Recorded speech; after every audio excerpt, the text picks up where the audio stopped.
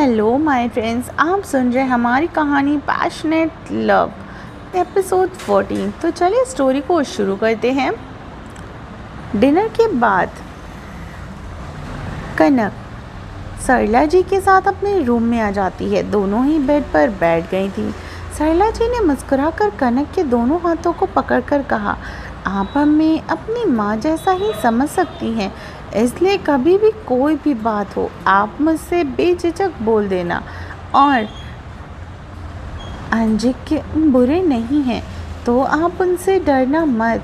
आप चाहो तो उनसे भी अपनी बातें बोल सकती हो, जो भी चाहिए उन्हें समझा देना, ठीक है। कनक सरला जी की बातें सुनकर खुश हो गई। उसके चेहरे पर एक प्यारी सी स्माइल आ गई। सरला जी ने प्यार से कनक के गालों को छुआ और फिर कुछ बातें करी। फिर वो कनक के कमरे से चली गई। कुछ टाइम के बाद जब कनक सो चुकी थी तो अंजिक स्टडी रूम से अपने रूम में जा रहा था। तभी उसे कनक का ख्याल आया। वो कनक के कमरे की तरफ बढ़ गया। डोर खुला ही था और लाइट्स ऑफ थी। अंजिक समझ गया कि सो चुकी है, पर फिर भी उसने धीरे से अंदर देखा तो उसके चेहरे पर एक मुस्कुराहट आ गई। कनक पिलो को हक करके सो रही थी। चांद से हल्की हल्की रोशनी खिड़की से होकर कनक के चेहरे पर पड़ रही थी। उसके चेहरे पर एक सुकून था जो ये बयां कर रहा था कि वो कितनी खुश है। थोड़ी देर तक उसे देखने के बाद अंजिक अपने कमरे में चला आया। वहीं राठौर मेंशन में सान्या को दादी से थोड़ा डर लग रहा था। वैसे भी पहली बार जो मिल रही थी उसके दिमाग में बस एक ही बात चल रही थी, अगर वो अपने पोते को पीट सकती हैं तो मुझे भी तो पीट सकती है ना। ये सोच कर ही वो धीरे से दादी से छूने से डर रही थी। कहीं उसने दादी के पैर छूने के लिए झुकी और तभी उसकी नज़र टेढ़ी करके देखती हैं जिससे हाथों में दादी ने अपनी छड़ी पकड़ रखी थी। उन्होंने वो छड़ी उठाई। ये देखकर सान्या डर के मारे सीधे वहाँ के पास में पड़े सोफे पर चढ़ गई। सब उसके ऐसे देखकर ज़ोर ज़ोर से हंसने लगे। सान्या मासूमियत से सबको देख रही थी। उसको ऐसे देखकर रणविजय को भी उस पर बड़ा प्यार आ रहा था।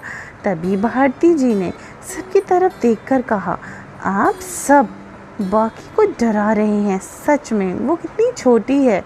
फिर सान्या की तरफ देखकर बोलती हैं, बेटा तुम नीचे उतर आओ, दादी की तरफ इशारा करके।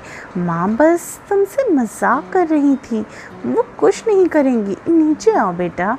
सान्या ने भारती जी को देखा, फिर दादी को जो मुस्कुरा कर उसे ही देख रही थी। तभी उनकी नज़र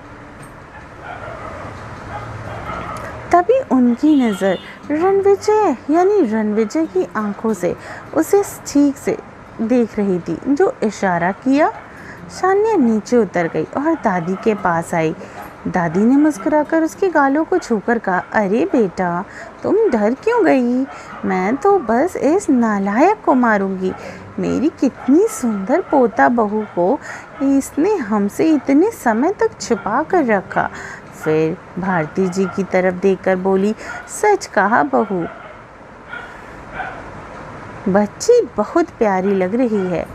सान्या उनकी बातें सुनकर मुस्कुरा देती है। उसने जाकर दादी जी के पैर छुए और दादाजी ने भी उसे आशीर्वाद दिया। फिर उसने रणविजय के पिताजी के भी पैर छुए और धर्मेंद्र जी ने भी उसे आशीर्वाद दिया। सब खुशी जाकर सोफे पर बैठ गए। वहीं भारती जी और दादी और सान्या के साथ बैठी हुई थी, बातें कर रही थी। तभी दादी पूछती हैं, बेटा तुम्हारे घर पे कौन कौन है? इस नालायक ने तो अभी तक मुझे कुछ नहीं बताया।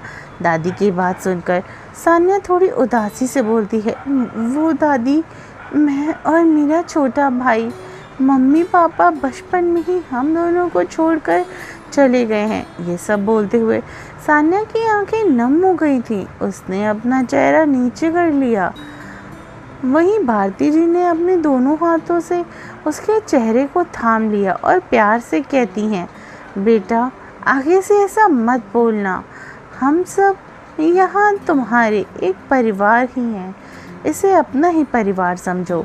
सान्या उनकी बातें सुनकर उदासी से भी मुस्कुरा देती है। उसने रणविजय की तरफ देखा जो उसे ही देख रहा था। पता नहीं क्यों सान्या के दिल कर रहा था कि वो जाकर रणविजय के गले लग जाए।